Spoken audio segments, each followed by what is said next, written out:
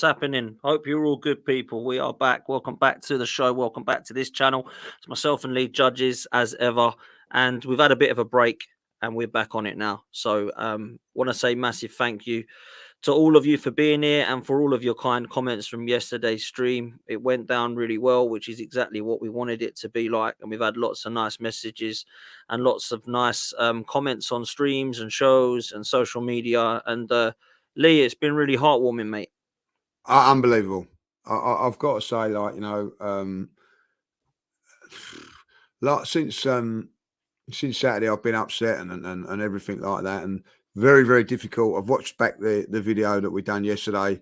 You know, big up to you to be able to get through that first 5 minutes, because I don't think I would have been able to do that. But and then for me to do it, but I have to say the heartwarming comments.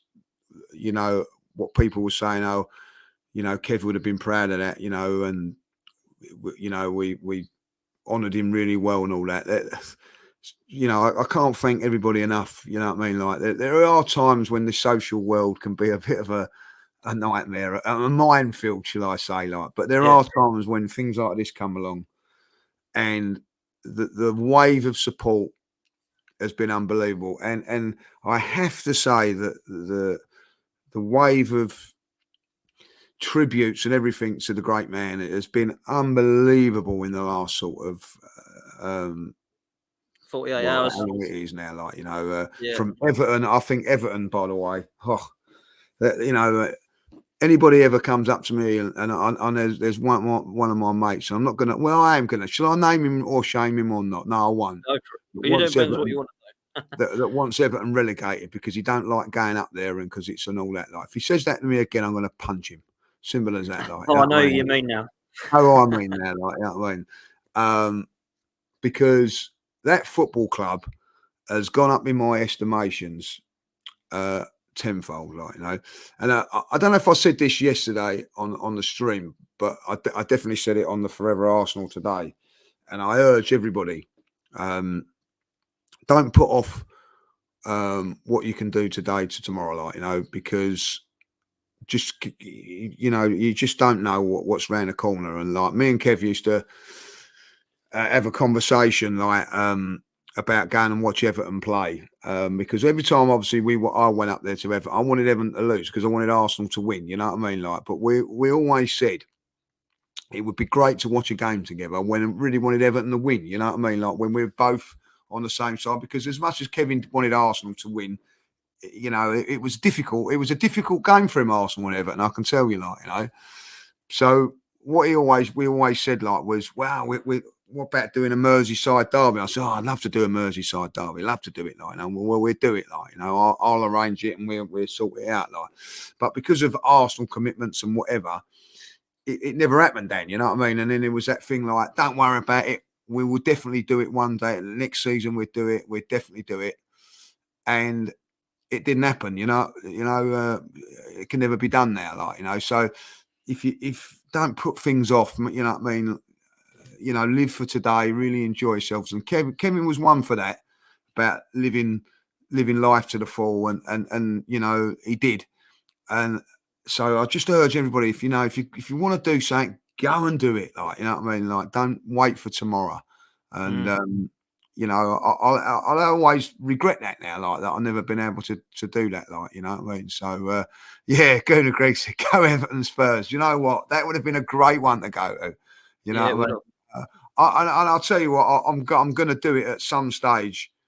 Whether it, you know, I'd love to do it at Goodison Park, but I think to get a ticket for Goodison Park is going to be very, very difficult.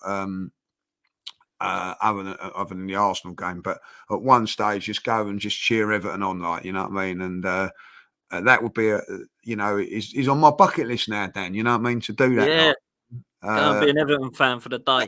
Just, I am gonna go, and I swear to you, I am gonna go and be an Everton fan for the day, and I'm gonna get a shirt, and I'm gonna put Super Kev or number 9 Campbell on the back of it, and go to one Everton game, and I'm going to do it because, you know what, I was going to do it, you know what I mean, but it was going to be me and Kev were going to do that, like, you know. I might have a word with my mate Paddy, who's who's a season ticket at Everton, like I've known before. All you know, when I was at Tesco, so to see if he can make that happen for me, like, you know what I mean, and just go there at Everton, like, you know, I love to have been the derby. I'm not going to lie, but Everton and Spurs are bigger. The only thing about that is I'd have to go up there with the Spurs, like, I don't know about that. I'll come home with them. Nah, I don't think I'll be able to do that. No, Mark so Rice, there's got to be it's this like, season before they go into a new yeah, stadium. Mark, I agree. yeah. So But I'm definitely going to do it. I'm going to put the Everton shirt on, and I'm going to have a beer in the Winslow and go and watch the game. That is something that I am going to do, because mate, I was supposed to have done it with Kevin, but there you go. Christian makes a good point here. He could have done it this season. Everton win over Liverpool in the run-in last season. That would have been a perfect game, wouldn't it? The one just gone. Well, it would have been the perfect thing for it, but like, unfortunately, Christian, Kevin was in hospital then, like, you know what I mean? They weren't well. So, Yeah. and we could have done that one, because I think they played on the Tuesday and Arsenal played on the Wednesday, I think, like, you know what I mean? I think we played the next day or something. I'm not sure. Something. Yeah, we had Chelsea, I think. I think we had Chelsea the I next think night. we had Chelsea, like, you know, so Yeah. I could have done it, but obviously Kevin wasn't well, you know. It just, you know, it weren't to be, you know what I mean? But to sit there and cheer on an Everton game with him, like, would have been fantastic. But I will pick a game, and I will, you know, I think it's also, it would be nice if it's Everton Manchester City would be a great one. That Do you know would be what I a mean? great Like Everton Manchester United, someone like that. And it would be fantastic, like, you know what I mean? So put the old 100%. Everton shirt on, like, you know. So Listen, the one reason that we do want to do it is as well is because of this. I mean, this is phenomenal, mate. Got to say, Lee, they know how to do it, Everton. I mean, this is proper, isn't it? Absolute class. I see it going up. Someone was sending photos of it yesterday when I was putting it up, and I just got to say, Everton Football Club. You know what I mean? I salute you. I actually put that on my. They won't understand that, but I put on my Instagram that picture, and I put on their Everton Football Club. I salute you, because of, you know, the squaddies and what Kevin done. They won't get that, but I get it. It was for me anyway, ain't for them. But what's a class act from Everton Football Club, like, you know what I mean? And you know, I know that when we play Everton, we go out there, that everybody in that crowd, that on that day at Goodison, will be singing Super Kev, you know what I mean? Probably at 9 minutes. I hope that's what happens. I know that they'll do something before that, but I'm pretty sure that both sets of teams as clubs will get together, and fans, and the whole place will be rocking, and that will be class. So I have to say that Everton Football Club, class football club. I know Arsenal are class, but and if I be really honest, they were more for Kevin than us, because we've had some players go through our club that have been unbelievable. So have they, to be fair. But like, he done something there that they're always remembering for, and that was that, you know, he kept them up. And if you don't know, the history of that is that Everton have never been relegated, and that season they looked like they probably were going to be a massive club like that. And he not single-handedly, because that's harsh, but his goals kept him up, and that's why they love him so much. And of course, then the following season, what's he go and do? He gets to go against Liverpool at Anfield, which stood for over 20 years. It's unbelievable. In front of the Cop, they won 1-0, and it was you know, a great thing, like, you know. And I don't know if anybody knows it, but there's a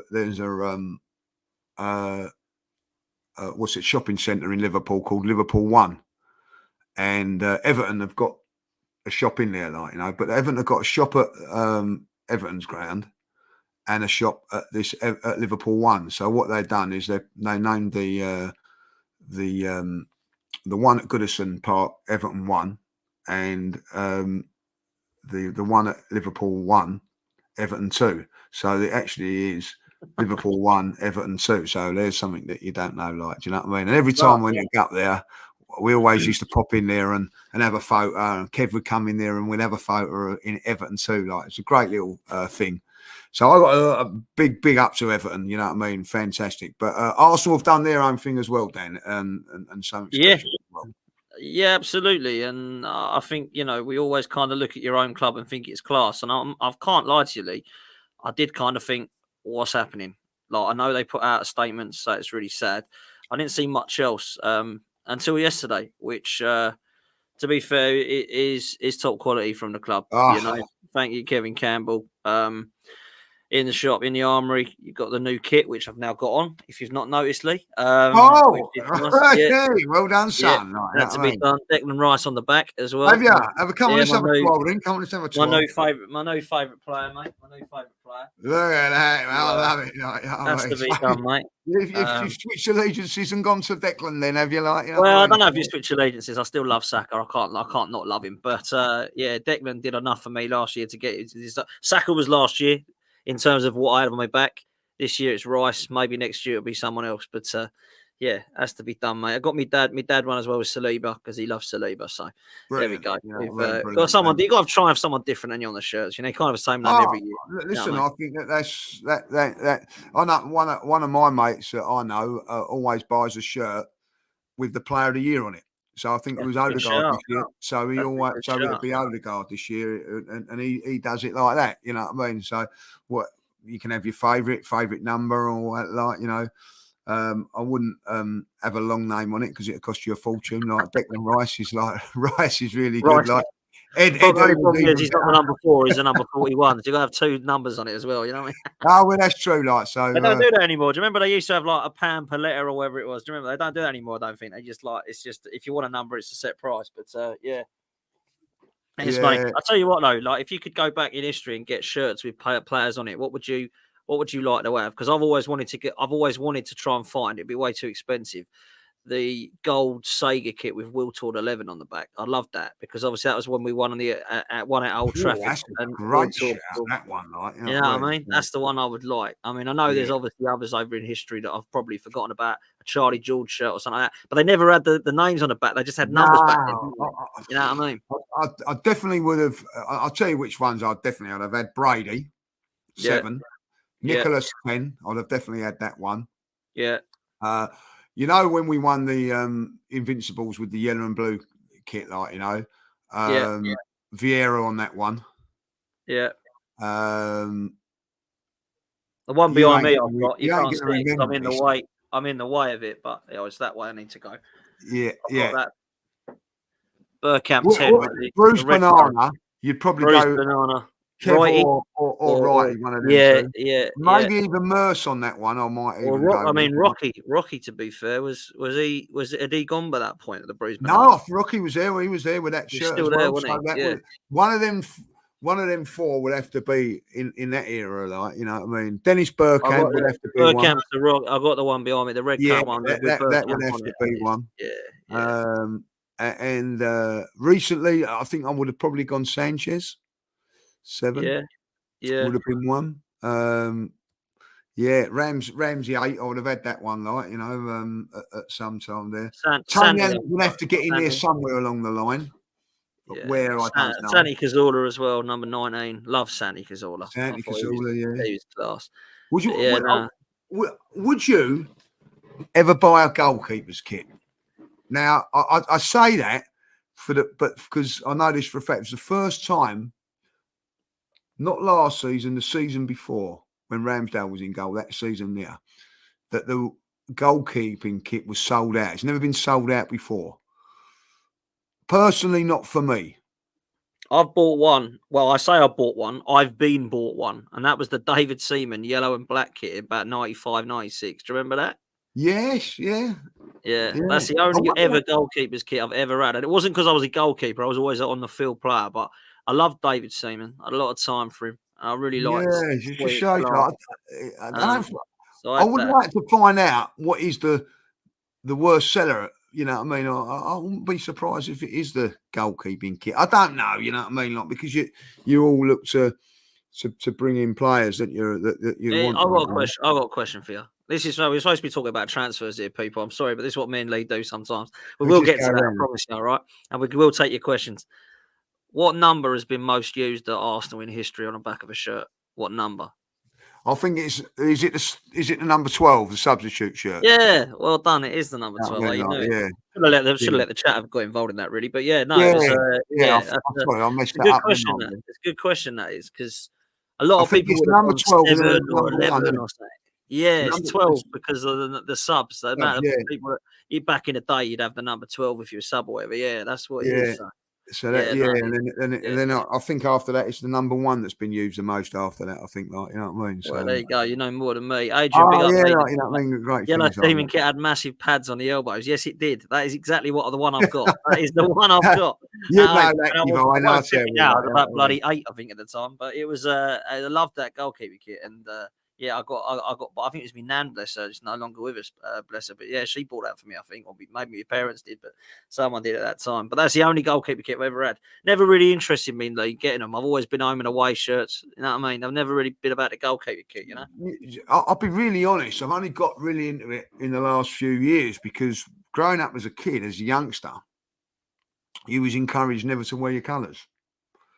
So, and I Well, think there you that's go. been ingrained in me a little bit, like, you know, because people say, well, I never actually very rarely wear anything like on a home game. Certainly done on an away game. Yeah. Because it was sort of like, you know, a thing not to do, like, you know. So, but now I think it's getting a little bit different now, with the shirts and all that. Like, I think with the way it's gone, and I tell you what, I think it should be something to be done now with the shirts. When you look at Dortmund, with the yellow wall and all that, there, you know, you can't get in there without the yellow shirt on. Like, you know, Yeah, it absolutely. is great. So, and I do like seeing all the Arsenal fans in the shirts and all that now. Like, you know what I mean. So football's changing, and It is. you know, so I'm all for it, really. It's mad because when you look at old history pictures at Highbury, there ain't anyone in Arsenal colours, is there? It's all like old school, like plain clothes, plain coats, stuff like Yeah, that. I'm yeah, not that's sure. it. I'm going back, by the way, before my Yeah. time. I mean, but yeah, it's mad to be honest. It is mad. This is quite a good comment. This made me laugh from Elliot. It says, "Didn't Man United always give the number 12 to the ref?" That's Yeah, excellent. they used to get a kit every game, like, you know what I mean? Yeah. Like, Yeah, 100%. Mark, big up Mark. It's my neighbour, absolute legend. Said, Lee, you still got that Spursy kit you had to buy for a bet, or is it in the bin? I'll tell you what, I had to buy bloody 6 of them, didn't I? Like, you know what I mean? So, but I did give one to my nephew, like, you know, so because he's a Spurs fan, like, but the rest well, Abby took the other 5 and donated them to her Spurs followers. Fair play, mate. Not a Fair good day. Not a good day. Listen, let's take a couple of questions and then we will go into some of the transfers. I'm going to take these because I think they're quite good questions. This one's coming from Jack. Says, do you see Erdegaard's long-term future at the left 8? I'm thinking about Rice, him, and somebody like Musiala for the 10. 100 million is my idea of a footballing wet dream. And it says, following on from my previous question, would you rather sign a 6 and play Rice in the 8, or a 10 and Erdegaard in the 8 if you could only have one? Now, listen, they are two. I know they're long-winded questions, and I'll big up to you, Jack. I think you are onto an absolute winner, right? Because for me, the question itself, people say we need to look at the surgery in midfield, right? And I totally agree. I actually think it's a priority area. I think the area of midfield worries me more than the striker situation because we score goals, right? So as much as we need both, a striker and a midfielder, in my opinion, I don't know where Arteta sees Declan Rice, Lee. I don't know if he sees him as a 6 or an 8. And that is going to depend massively on what we do this summer in terms of if we go and get a proper number 6 or a proper number 8. And I wanted to ask you where you see it. Now, a lot of people, I know James has mentioned this before, and a few, I think Tom might have even mentioned it as well, that Martin Erdegaard, they believe, should be playing where Declan Rice plays now in terms of that 8 because he drops deep. I don't know if I disagree or agree with that. I kind of see both sides, if I'm honest. So then it kind of poses the question, what is the dream midfield? Do we have Odegaard 8, Rice 6, and an unbelievable number 10 in the style of KDB? Do we have Erdegaard as the KDB and the number 10 and have a brilliant number 8 and Rice as the 6 and the monster? Or do we have Erdegaard 10, Rice 8, and then an unbelievable number 6, like a Rodri type? You know what I'm saying? I'm sitting there thinking, wow, where do we go with this? It's a great point there. And Trader has also mentioned, don't forget Wanyeri that can play is going to be a player. Where are you going to play him and where is he going to fit in as well? Because I do think he's a player, but you can't rely on that at this moment in time. He's only 16, 17, but there's a player there, as we all know, and he's got to be nurtured. It's a great question. Who was player of the year last season? Martin Odegaard. Where did he play? Sort of a little bit more advanced and in that role. And when he's on his game, there ain't no one better than him. Let's be honest. There's been a few pretenders to the throne, but when on his day, he's fantastic. I think that he's good enough to play in that 8 role. What you're talking about with Declan Rice, I have to say. I do think that Declan Rice, though, if he's got the proper partner behind him, and I mean like a fit Thomas Partey and a 22-year-old, 23-year-old Thomas Partey, unfortunately, he's like not. But if they were, for me, I would buy a proper 6. And Declan Rice would be my 8. And if there is times when you've got to rotate and that Declan Rice can just go back into the 6, Odegaard can pop into Declan Rice's position and someone else can come in. But that's how I would see it. I don't think there's a better midfield when everybody's fully fit than Odegaard, Rice and Partey. That's my opinion. It's not being biased. I think it's fantastic. But at the end of the day, if you be really honest about it, Partey has never been quite 100% fit. And when he does get 100% fit, then he gets injured, you know what I mean? And he has to build himself up again. So I'm with you. I'm really, really interested to see where they go with that midfield. Really interested because are they going to buy big? Are they going to buy experience? Are they going to keep Thomas Partey? For me, I think it's a no-brainer to keep Thomas Partey for a year and use him as a squad player. That would be I wouldn't be like saying, right, we're going to be relying on you week in, week out, Thomas, but you'll be a backup to whoever comes in. That would be my way of thinking. So I'm going to throw a spanner in the works, but I actually don't need to because Trader is thinking on my wavelength here. It seems like we sometimes try to box our players into positional labels that take away from having a multitude of approaches dependent on the position and thoughts. Now, on the back of that is what I was going to say. I think we need 2 midfielders. I think we need a 6 and an 8. And I'll tell you why I think that. We've only got one box-to-box midfielder at the club, which is Declan Rice. Now, whether you believe he starts 8 or 6, I don't actually think it matters because we still need a box-to-box midfielder wherever you're playing Rice because you're going to need a backup. Because if Rice does get a knock, and touch wood, he's quite fit most of the time. If we get him knocked, we haven't got anybody, Lee, that can play there, right? So Erdegaard can play in the 10. Whether you think Vieira or Smith Rowe's good enough or not, they can deputise and so can Havertz in the 10, right? Potentially. Whether you think that's good enough or not, I'm still not sure. But we have actually got a player that can go in there. I don't think we've got anybody in that Rice role that plays box to box. They all have to go attacking minded. So we have to play Vieira and Erdegaard there, or Smith Rowe and Erdegaard there. We ain't got anybody in that box to box that's a beast, like a Roy Keane, Patrick Vieira type figure. We ain't got that other than Rice, okay? So that's why we need somebody there. Somebody like Yusuf Fofana, who we're being linked with. That is a proper box to box midfielder. Someone who goes backwards and forwards. Someone's just mentioned it. Sean's just said it in the chat. I think we need to get Fofana from Monaco. Perfect. That is exactly who I'd go and get. But I think we need a 6 as well. I think we need like a Bruno Guimaraes as well as a Fofana. Or maybe Zubamendi, who's being linked as a 6. Maybe ONANA from Everton, who's being linked as well. I don't think we can go into this summer just with one. Now, I agree with you on Thomas Partey. Whether he's going to stay or not, I don't know. But I think if you've got Partey and Jorginho, that is the equivalent of the season's just gone, El Neni and Partey. That is the equivalent of that. You're not really going to be playing them much, but you do have to have them as backup. So I think Jorginho and Partey are there, playing when they need to. Not going to sit there and rot on the bench, but you don't go and have them for 50 games a season. That just don't happen. Yeah. So I think that means that leaves you with Rice. That is it. There's nobody else. I think you need 2 more. Yeah.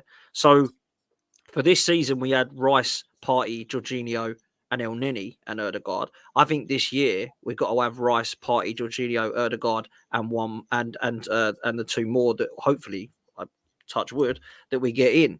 And I think that 6 and 8 has to be brought in. And then that doesn't mean, well, Rice is only a 6. Rice is only an 8. We want to play Rice here. I think you can play Rice in the 8, get that proper monster in, like Bruno Guimaraes, let's say, or ONANA, whoever you want to be linked with in the 6, and then have Erdegaard in the 10. And then all of a sudden, you've got Jorginho, Partey, and let's say Fofana that are all there to cover. I think that is the way forward, personally. I don't know if that's going to happen, Lee. I don't know if we're going to get 1. I don't know if we're going to get 2. Well, I think the only way we get 2 is, in my opinion, although I think we need 2 now, is if Partey goes. If Partey goes, I think we'll get 2. Well, I don't know about it because obviously, like El Nini's gone at the moment, so you've got to be looking to replace that. There we go. And also the biggest thing about next season is you've got an extra 4 games in the Champions League. Yeah. So you've got to have a bigger and stronger squad, and if we want to go deep in the cup competitions as well, you've got to have this squad of players. So for me, I think it's important that we recruit really well this season and get the depth and strength in the squad. And if it is 2 players and it's going to cost us 60, 70 million, then so be it. We make 60 or 70 million on sales. We're not really, if I'll be really honest, we never really used El Neni that much and Jorginho sparingly, but they can come in and do a job. There's no 2 ways about it. So we need to be up in that. As I say, as it was said in the chat as well, when we may be like ready to come in and do something there, and that was it there. That's a great point there from us there, James was talking about Locatelli the other day. Locatelli didn't even he's not even in the Italian squad. Got left out. So his form must have drastically dipped since he went to Juventus. And a couple of players have made the move to Juventus. It's not been successful. So that was someone that we was really linked to as well. I don't know if that could be energized again and whatever. But I would look at it and think that maybe we're bringing 1 now that's ready and maybe a 20-year-old that's coming, can progress. I don't know what they're going to do. But as I said, this transfer window is going to be a difficult one for us because of where we are in terms of players. But I think that the players that they do sign at the end have got to be game changers, and they're hard to find, but they are hard to find. You got to get ones that are ready now. And I like Uneri. I think it's great that we're getting players through. If he comes in and he's a Phil Foden or a Saka for us, brilliant. But he needs to be that level to be a massive wow. We don't need anyone now because we've got to be careful about some of our youngsters. I'll answer this question and I'll come to you with the same thing, Lee. Elliot's asked Dan, who would your 6 and 8? Dan, who's your 6 and 8 that you'd have? Sorry, I would buy a class player and a good player. So I would buy the good player, which would be Youssouf Fofana. I think that's a box-to-box midfield that can play in a 6, but definitely is an 8. I think he's a monster. I think the actual physical attributes of him are fantastic. He's box-to-box. He's very good in the air. Aerially, he's a threat, defensively and offensively. I thought he was unplayable when we played Monaco in the Emirates Cup. And I know it was only the Emirates Cup, but I started watching him. I thought, who the hell is this lad? And then I've been watching him bits and pieces throughout the season. Yeah, I want him, mate. Just got into the France international squad. To get into that, you've got to be a decent player. He's 24. He gets into the midfield for me whenever we need him. And I think if there was something to happen to any of our midfield, he'd be fantastic. So for me, that would be the good player I get. The class player really is between 2 for me. I don't think this is possible, but I'd love to see us going for De Jong. I think Frankie De Jong would be fantastic from Barcelona. I think he's probably one of the best ball carriers there is around. I think in Europe I've seen him play, and I just think you are a class act. Whether he would have the physical attributes to come over to the Premier League, I'm not so sure. But I do think he's an absolute talented boy, and he's a fantastic player. I think the wages would be an issue, and I don't know that Barcelona want to sell him. I do know with interviews previously that he wants to follow the footsteps of Mark Overmars, and he's played for Ajax and Barcelona. And he's only really one club that he hasn't played for, and that is Arsenal. But the one that I would really like, Lee, and I don't know what you think about this player, is Bruno Guimaraes. I think if he has a chance of leaving Newcastle, that's the one I want. Then you have Declan Rice, Bruno Guimaraes, and Ødegaard in that midfield. That is that's got everything. That's literally got absolutely everything. That's got nastiness. That's got leadership. That's got quality. It's got technical ability. It's got legs. It's got box to box. It's got understanding of height, physical attributes. It's got a little bit of a kind of interceptions, fouls won. I think it's got everything in that midfield. I honestly do. I think that competes with Man City's if we go and get him. I really do. I don't mean that. I think that is a fantastic buy. So they're the two some of the names that I'd like to see us linked with, Lee. Yeah, I wouldn't argue with what you said there. Like, I'll be really honest. ONANA, Everton is someone that I think could potentially be a party replacement. I think he plays that sort of similar role. I think that if he was to play at Arsenal, I think he would do well. But I think if you're going to go for the top end sort of player, Guimaraes would be the one that I would go for as well because he's Premiership proven. Whether you can get him or not, that's a different thing. I know there's this release clause, but it's going to take a lot of money down. And now, when it takes a lot of money, it may hinder us in other areas. So, but do we really worry about that? Not really. I don't think that we have to really worry too much in the defensive side of our game with the cover and all that. Maybe could do with another centre half. I'm not that fussed, really, if I'll be honest. I think we can handle that. But I do think in midfield, I think, in my opinion, games are won in midfield. Won and lost the battle in midfield. And I think if we need to dominate that a little bit more, not that we didn't last season, but I look at Declan Rice, and I've been really honest with Declan Rice.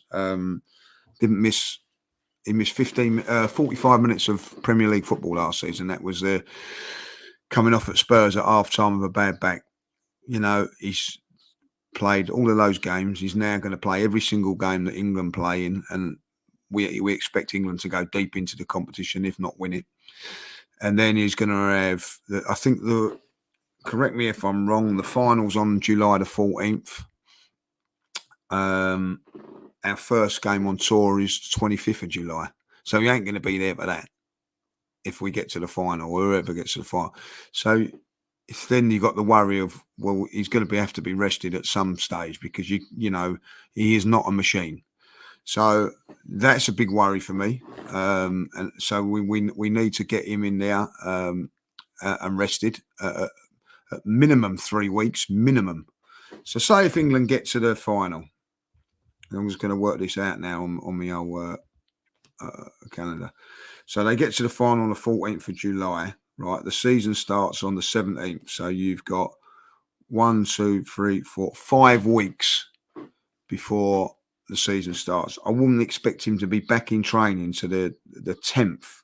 So his first game really back would be the first game of the season. You know what I mean? So I don't expect to see, if England get to the final, I don't expect to see Saka and Declan Rice on the American tour. Now, Agreed. That's going to be tough. It's going to be, and at the end of it, let's be honest, let's talk about the fixtures now. Our first 3 away games.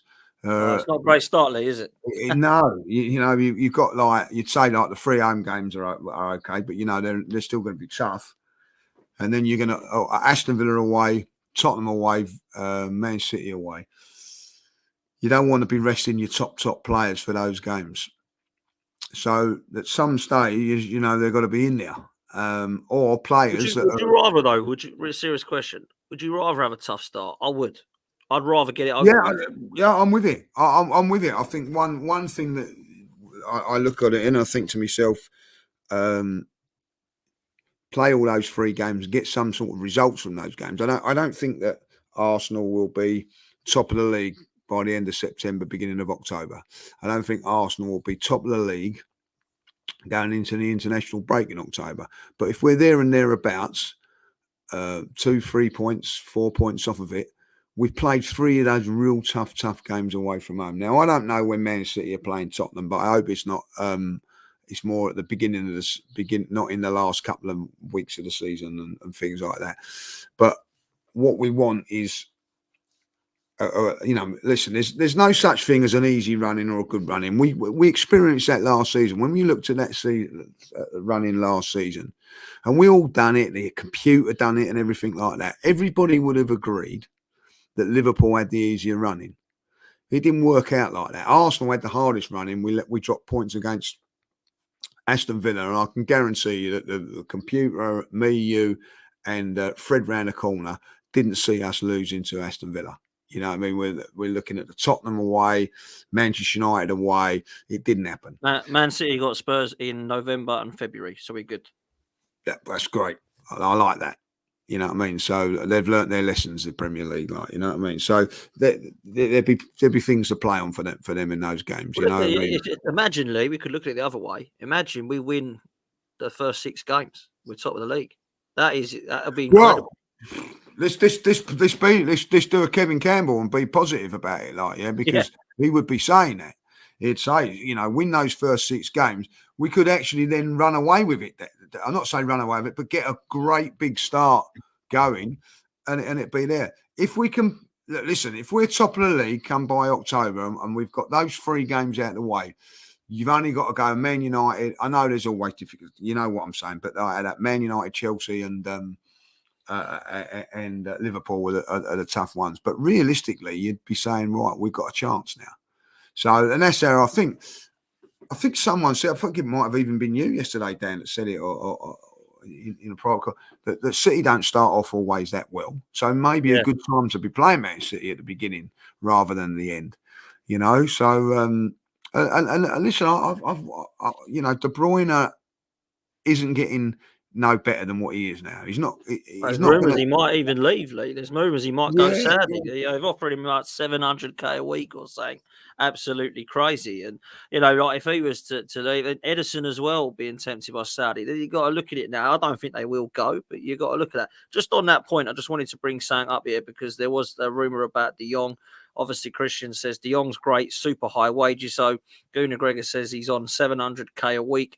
And then St. Francis, rightly so, says De Jong wages are overstated wrongly. The reason his wages are high is that Barcelona are repaying him for the COVID pay defer. That is correct. I was going to mention this, that he is the top earner, but it's due to a contract restructure that was agreed during the pandemic to defer most of his wages for the final couple of years of his deal, which is why if you look on Transfer Market, he's on 700k a week. He's actually not on 700k a week, but he is because they basically owe him that money. Yeah, I get what you're saying. Do you see what I'm saying?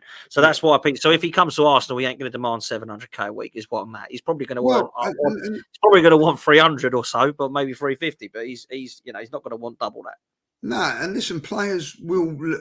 Players ain't stupid. They realise, like Marcus Rashford knows that if he wants to leave Man United, he's not going to get the same money that he's getting now, like, because it's just not going to happen, like, you know what I mean?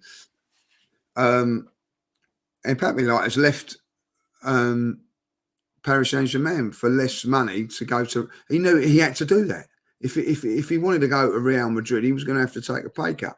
That happens in football, you know what I mean? Like Aubameyang left Arsenal. Not nowhere near on the money that he was at Arsenal, because that's how it is. Arsenal paid him up and paid him a deal or whatever. So these players know that. At the end of it, say Marcus Rashford leaves Manchester United, he's guaranteed 10% of the transfer fee. So the sign-on fee and all that, like, So at the end of it, they ain't going to come out of it poor, are they? These players. So if De Jong wants to move, he's still going to get a good deal, Dan. You know what I mean? Like 100%. That's how it is. No, it is, mate. 100. Let's take a couple of these questions. Someone comes in from Niffin. He says, "Hey, Dan, I know this might be unrealistic, but would you like to see Tchouaméni from Real Madrid?" Yes, I would, but we ain't going to get him. I would like. There's rumours last year that there was something in like that. Yeah. Tchouaméni was one of the guys they were looking at, but look at that midfield league: Bellingham, Valverde, Camavinga, Tchouaméni. They're going to lose Cruz, potentially Modric. I don't know what's happening with him. I think he might be staying over here, but I don't think Real Madrid are going to send any of their midfielders. I'd love to get him. I think he'd be one of the best that we can get in the 6, but I just can't see that happening. If I'm honest with you, I think he's a talented boy, but I actually think ONANA is probably the one that's more realistic at the moment. Now, ONANA, I must say this. I didn't look at him and go, wow, and I haven't looked at him and gone, wait, wow, yet. But I tell you what I did do, last game of the season against us, he was fucking excellent, mate. I thought he was. Dominated us. He I was thought he brilliant. was Yeah, brilliant, mate. And I looked at him, looked at some of his game. I like some of it, Lee. I like some of what he does. You know, I don't know if it will take us to the next level. I don't think it's a signing that everyone will get absolutely excited about. But I will say that if we was to be getting somebody like that to add into the midfield, I think it would be a good signing, not a superb one. If we can get him for around 40 or 50 million, and Everton, by the way, are in trouble financially, so would probably look to be wanting to get rid of somebody like that. Him and Branthwaite, they're saying they want a lot of money for so they can get themselves out of trouble financially.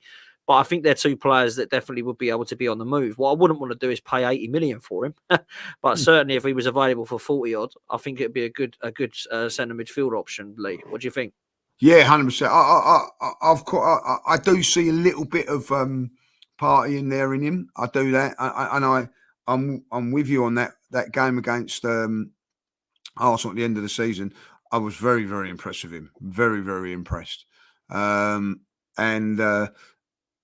He's not quite the finished article yet. I think he's only 24, 23, 24. He ain't that old. Yeah, he's young. He's young. But that's the sort of player I think there.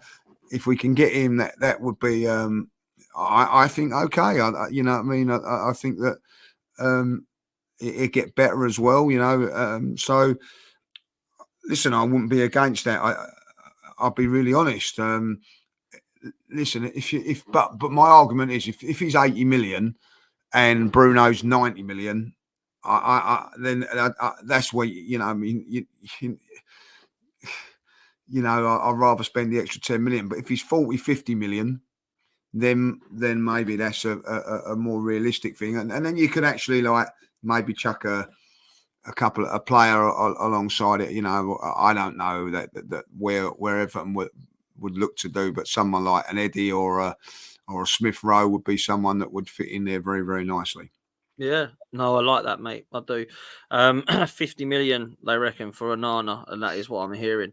Let me come to the super chat that Sarah put in. Big up, Sarah. Hope you're well. Big up, Sarah. Right, winger. Who would you like as backup for Saka? Because we can't go into next season with just Saka. Neto is great, but injuries is a worry. Well, Sarah, that is who I want. Pedro Neto is the guy that I've wanted for about 4 seasons now. And he's absolute ball. I don't know if you saw him. He come on yesterday for Portugal. He just looked absolutely scored literally as soon as he come on. I think he looks absolutely fantastic. I love the fact he can play left and right. I think he's quick-footed. I think he can use both feet. He's technically gifted. And I think in pretty much every single one of Wolves games he played last year, he set up or scored or assisted a goal. Now, yes, there's problems with injuries. But I was on with Troops on my channel not too long ago, and we both said, if we got him, I don't think he would be injured every game because we're not trying to play him in every minute of every second of game like Wolves are. Now, that's maybe a good point. We've seen it before with squad players that just get injured. That can happen. Injuries can happen to any player, Lee. We could go and get Mbappe for 150 million and he gets injured for the season. That could happen. It can happen to actually any player that you wanted to go and sign. So it is always a risk. But Neto's injury record is not fantastic. I will admit that. But what a baller. I absolutely love him. Now, if it's not going to be him, then Elise is the other option. And I'm quite surprised that we're not interested in getting Elise. £60 million release clause. The problem you've got, of course, if you're Elise, is you're behind Saka. And this is the problem we've got now, Lee. We've got 11 players that we know are pretty much going to play most of the games. There's probably only 3 or 4 positions that are up for grabs at Arsenal in the first team. But Saka certainly is one that's going to start. So if you're Elise, and you've got an option to go into Newcastle or Chelsea or Man United and Arsenal, you're probably going to pick one of the other 3 because you know you're going to play every single game. On the flip side of that, you know you're coming to Arsenal to compete at a very high level and potentially win trophies. Well, you'd like to think we will in the next few years. So I don't know what your thoughts are with this position because like the goalkeeper, like the backup striker, I always remember you saying when you got Kane, what are you going to do, Tottenham? You've got to go and get someone else. How are you going to do that? We're in that position on the right wing with Saka. We're also in the position in goal as well. When you're looking at the goalkeeping situation, that's why people just go and get an experienced head that is going to be a number 2. That's why Scott Carson and maybe a Kasper Schmeichel would be a good option or a Ben Foster or something because it's like you're not really going to use him, but if you have to, you have to. it's really like that with the right wing position at the moment for me, because everyone knows, well, Saka's going to play. Where am I going to play? So that's why I think with a Neto who can play both wings and probably in the 10 would be a really good option for me, mate. Yeah, I'm not going to argue that. We could actually go like on the, if you bought someone that can play left, you could move Martinelli over to the right. Jesus can play on the right. I'm going to be fascinated who they actually go for on this thing. Like, you know what I mean? A couple of players that have been mentioned in there, you know, Kudus has been mentioned, who I think is very good. But I'd actually go and look at Bowen as well. Joe Bowen. I like him because he could play in. I was actually talking to a West Ham fan on holiday, like, big up Joe about that. But he was saying that don't forget that Bowen can play down the middle as well. He can. He's done it very, very well. So that would be someone that I'd look at. The other option is Xavi Simons as well, which would be a great signing. Yeah, there's that there. But the problem is, if you're a right-sided player, what you're going to do is say, well, I'm going to play. Well, I'm going to back up Saka. Yeah, I'm not too sure if I fancy that when I can go to Man United or I can go down the road at Tottenham or whatever. Like, this is the problem that we've got. I think it was a mess. It's been a massive, massive problem for Tottenham over the years, and Tottenham haven't been able to fill that void. And then once Harry Kane goes, it's even worse. But I do think that, you know, that Martinelli, was very interesting that Martinelli played there in the last game when Saka wasn't there. So you could rotate a little bit there. Like, you know, Marcus Rashford could be another one that would be mentioned because he can play down all three positions. I think it's going to be somebody that can play all three roles then.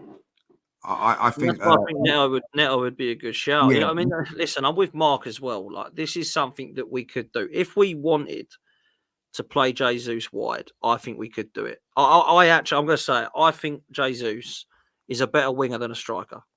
I've seen everything about his game that proves to me he ain't a number 9. He is a very, very good footballer and can play left or right. He's a footballer. He's not a killer. He's not a finisher. He's not an Ian Wright. He's not a Nicolas Anelka, is he? He's a footballer that, for me, can create and assist and bring players into games. And I think that is suited as a winger. And I said, Man City fans said this to me. What are we getting in Zinchenko and Jesus? They said to me, Zinchenko is brilliant on the ball, but do not play him left back. That's why I was selling him. He's crap and he can't defend. And I thought, that's a bit harsh, but they were bang on. And they said, Jesus is brilliant as a footballer, but he is not a number 9. Play him on the wing. And it's right. They're absolutely bang on with both of the things. And they're going to be. They've watched these kids for 4 years. They know Jesus needs replacing because he's not a number 9. And they know Zinchenko needs replacing because he's not a left back. And they've done that now. They've gone and got Vardiol and they've gone and got Julian Alvarez. And now they're fine. They're not missing Zinchenko and Jesus. And I think that Arsenal are in the position where they've got to do a Man City and get rid of both of them and say, right, let's upgrade of them. Or they upgrade on them and keep them as squad players. And I think that's the option that we might go down, is we actually look at the left back situation now and go, it ain't no more Zinchenko, it's now Timber. And they look at the centre forward and they go, Jesus can play there, but really he's a squad player now. And we go and get our winger and our forward or whatever it may be, Lee. That's what I think will happen with these two. Yeah, but I'm still on the case of hold on a minute, see. Oh, you got a call coming in. Yeah, just take. Yeah. No worries, mate. That's fine. Because that's what I think will happen, personally. And I don't understand why people are so against Zinchenko leaving Arsenal. I don't understand why people don't want to see Jesus as a squad player. Personally, those two, for me now, are squad players at Arsenal. I actually would accept any bids that come over of 30 million for Zinchenko. I would. I would do it. I think that's good money. I think we've got our money back plus more. And Zinchenko in a midfield role, I wouldn't mind it so much, if I'm honest. But I don't want to see him at left back. I cannot see him at left back anymore. I don't know if you saw it with Ukraine the other night. Embarrassing. Absolute embarrassment to concede that goal. It was just embarrassing watching him. And I'm like, you've cost us 2 massive, massive games, at least, in 2 title race seasons. Now, I'm not saying it's Zinchenko's fault that we ain't won the league. Don't get me wrong. But he's contributed, Lee, in the last 2 years to bad mistakes that we look back on and think, Fulham at home, Zinchenko. Salah at Anfield, Zinchenko. The Wolves game at the Emirates, Zinchenko. I go back another season, Anfield, Done by Trent. Nuts. 2-2. Arsenal lose the title. I can't see anymore. I cannot see this guy playing at left back anymore. I'm sorry. I know people might think that's harsh. We've got to be ruthless now. We've got to be brutal. Pep was. He went, yeah, good lad, but off you go. We're getting someone else. Oh, we're going to win a treble now. They won the treble the season Zinchenko left. This is what I'm saying. So we have to go now and be ruthless and go, Timber, you're now our left back. Tomiyasu, you're better than Zinchenko at left back. You're our backup. And then we move forward with it. I personally don't think we need another left back, personally. I think we could actually get rid of Tierney, Tavares and Zinchenko and keep Tomiyasu and Timber there, for me. Not an argument with that. Not an argument with that. You know what I'm saying? I think maybe we need another defender for cover in terms of like that can play a few positions at the back, be versatile. But I don't think we need to be keeping all of them. You know what I mean? Tavares needs to go. I love Tierney. You know my thoughts on him, but he's got to go. Arteta don't want him, right? So you've got to get rid of them too. At the back, then you've got Timber and Tomiyasu that can play left. You've got Ben White and Tomiyasu and Timber that can play right. And then in the middle, you've got Kivior and Gabriel that can play left centre back. And you've got Gabriel, Ben White, and Tomiyasu that can play right centre back. That's the only position for me, backup wise, that we might need. Is if you get two of them injured, you're going to be struggling. A bit like the season before last when you got Saliba and Tomiyasu injured. Yeah. If that happens again, you're a bit unlucky. But that's why I'd probably go and buy somebody in there like a Diamande at right-sided centre-back. Maybe Mark Guerhi, who we were linked with yesterday, Lee, from Palace, who played very well for England, I thought, the other night. That's the sort of position I might look at and think, yeah, do you know what? There's an option there to then go free at the back. There's an option there for that. That's why I'd rather get a right-sided centre-back than I would another bloody left-back, who we know we've got three already that can play. They've got Kivior, Tomiyasu, Timber, at the moment, Zinchenko. Do you see what I'm getting at? Yeah, I do see what you're getting at. The problem you got if you want to go and buy Mark Gay at the moment, like, you know what I mean, where's he going to play? You know what I mean? He's not going to come there and back up. And as you say, like, and I don't see Arsenal playing a back three. But I still think that at the end of the day, if there's big money for Zinchenko, maybe like selling. But if there isn't, I'm not in that camp of saying, all right, that's him done. I think that he can still do a job, but like not in as you say, it'd have to be a backup. And as for Jesus, I think, like, you know, we're seeing a half fit Jesus at the moment. No one was saying this before that injury. Everybody was saying how good he was and what a good player. And look, he played in the game against Bayern Munich, come on up front and caused mayhem, and it was a great goal from Trossard. So he's got something, you know. But he needs.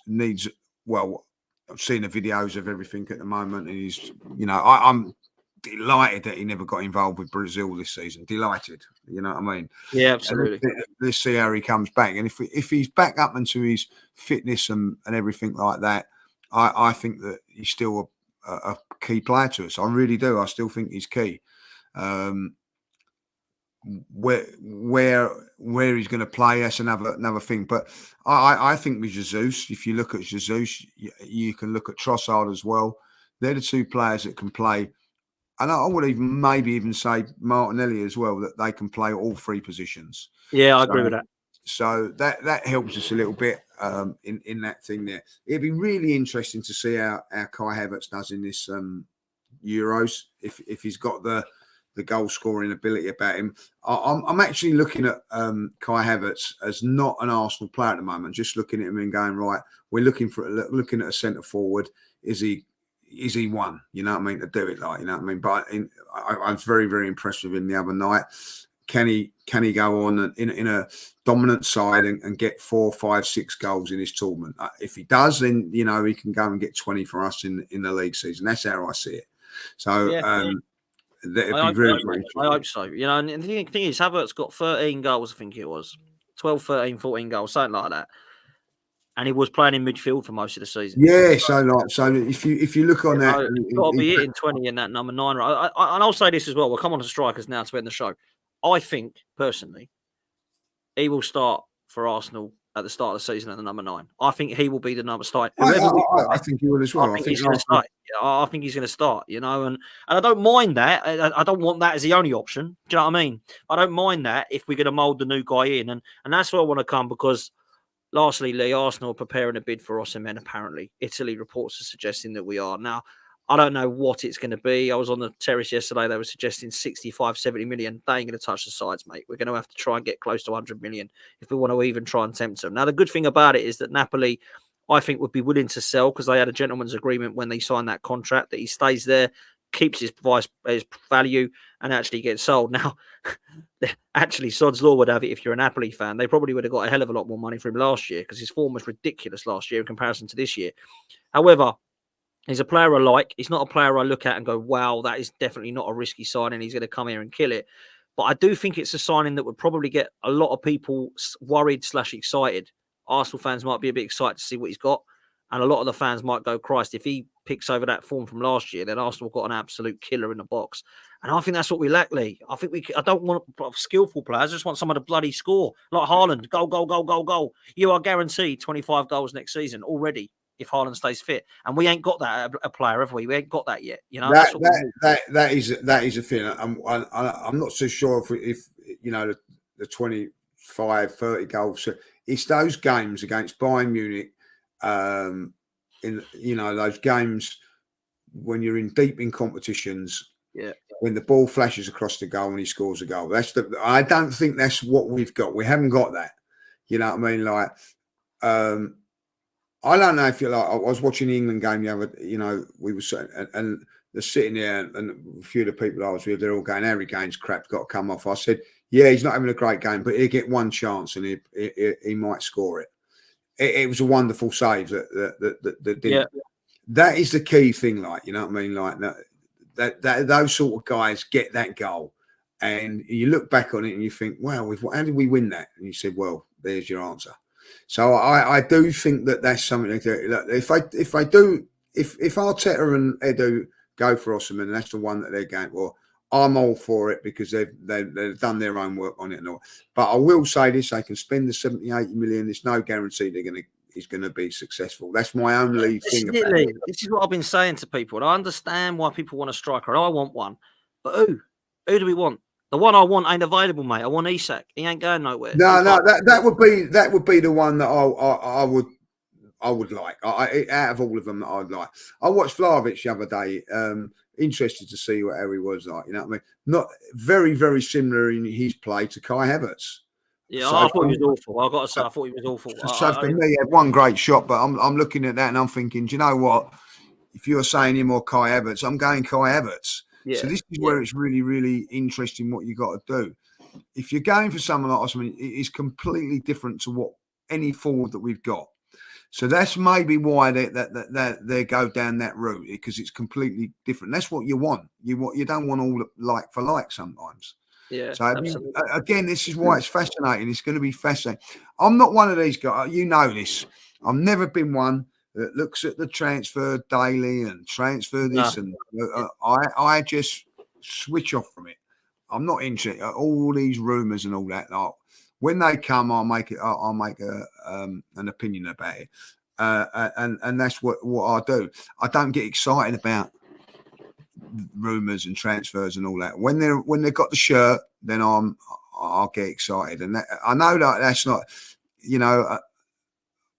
some people love the transfer window, don't they? And they love all this sort of stuff. Like, I mean, I like if he's busy for us, but I don't like it when there's rumour in the minute. I mean, I must say, we've been in the last 2 weeks linked with more strikers than I've had dot dinners. Honestly, yeah, exactly. It's crazy, and you look at it, like Nifan in the chat is saying Jimenez from Feyenoord. That's another one we've been linked with. We've been linked with Sesko. He's now staying. Tony won't go away. The rumour. Watkins. Vlahovic, OSIMHEN. I'm like, wow, who are we going to get then? Because we might end up with bloody none of them. We might go, you know what I mean? So. Listen, I think we will get an attacking player, a midfield player, and a defender. And we will get a backup goalkeeper. It ain't going to be a number one goalkeeper like I would want, because I would rather have a number one goalkeeper personally coming in. I know a lot of people disagree with that, because they love Raya. He's just not for me. I know a lot of people, maybe that's harsh that he's not for me. He's a good goalkeeper if we're going for top four. I want an Alisson or Edison, and he ain't that. He ain't Alisson or Edison. I'm sorry. He's made too many mistakes in his first season. And he's a goalkeeper I look at and I think, yeah, you're a good goalkeeper and you're fine at the moment. But he is no better than a Leno. He's no better than a Ramsdale.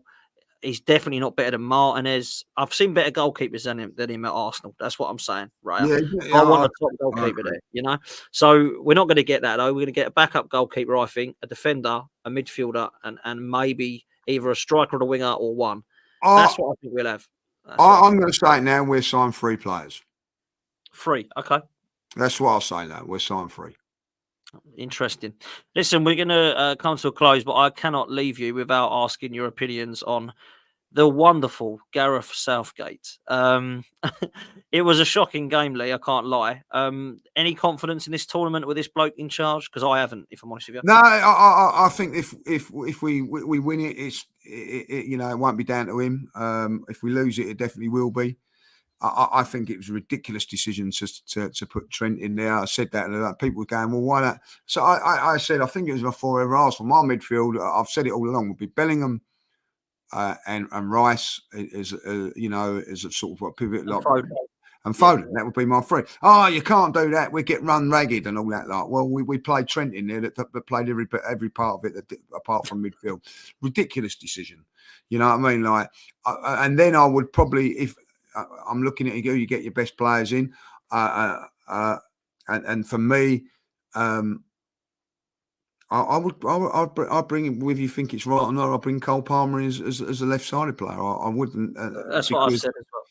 That's what I've said as well. Cole Palmer, Saka, Kane, Bellingham, Rice, Foden. There's your front that's 6. what I go for. And your back line, I would put Trent right back. I'm sorry, I know people like Cole Walker, but Trent for me is. I said this yesterday. Trent has got too many good qualities to say can't put him in there because he can't defend. I don't care what anyone says. Make Stones defend, make Rice defend, and you go and let Trent do what he does best. That's what I would do. I understand if he's that bloody good. Why he's better than Trippier. Trippier, what is going on there, man? Like our left hand side was a shambles the other night. And that's where it needs to sit down. So for me, I laugh at this.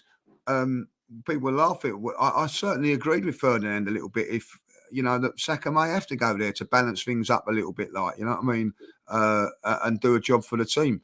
Not ideal, but that's down again to the manager. We're taking he's taking a player that ain't even fit. You know what I mean? Like ensure that that's had more breakdowns than my beat up Mini when I was back in the 80s. You know what I mean? Like do you know what? When I don't know who's been in this thing, but you get up in the morning, you don't know whether the car's going to start or not. Like, do you know what I mean? Yeah. You can't have that in life. You know what I mean? I go to my car, it goes up now. Like, you know what I mean? You know what I mean? Like, oh, please start. Yeah, thank God for that. You know what I mean? You can't have that in a thing. I think it's a ridiculous decision. So for me, listen, Tomiyasu is not a left back. Play right back, central defenders, gone in at left back and done it. Do you know why? Because he's a good player. So if Trent's a good player, get him in at left back and play him there, and let the players play. I don't think there's anything to worry about in this competition. If I'll be honest, I think Germany are probably the best team at the moment, but we'll see. But I've seen vulnerabilities in a lot of teams and probably England as well. But play your best players. And for me, Foden, should have played better than the other night. I'm not worried about it. If I'll be honest, he can. Listen, and the other thing is, if he's going to play him on the left, right? Don't people turn around and go, "Oh, he's playing him on the left." He has played on the left for Manchester City on many occasions and been superb. So it's not Southgate's problem for me. Like, you know what I mean? Foden is just not doing the business for. He hasn't done the business for England for a while. That is a fact. He has played on the right-hand side for Manchester City as well. So, if maybe swap Saka with him if we're desperate for this thing for Foden. But for me, at this moment in time, Foden stays and starts and play him in his. I actually think with Jude Bellingham, done very, very well. He didn't really play a 10 then. He didn't play a 10. And this is the thing, Foden. But it wasn't even on the left, Foden. He was all over the place. People say he can't play on the left. We didn't play on the left. He was nowhere to be seen. And then what made me laugh even more was I thought, yeah, Christ, he made some subs about time. Foden off for Palmer or Gordon. And he brought Kobbie Mainoo and Gallagher on. I thought, what the hell is going on here? He's not for me, Southgate. No, listen, I'm hoping that he goes Man United and I'll have a party. That'd be bloody brilliant. But we'll wait and see on that night. We will. Listen, we're going to leave it there. Absolute legends. Listen, thank you all so much for being here. Thank you for your super chats. Thank you for your questions. Sorry that we didn't get around to all of them, but we started talking, and that's what happened to admittedly. We flow and overrun. But listen, we're going to leave it there. Massive thanks to you all. Take it easy. See you next time. And yeah, we're out of here. We're going to be back regularly now. So we'll see you tomorrow. Take it easy. We're out.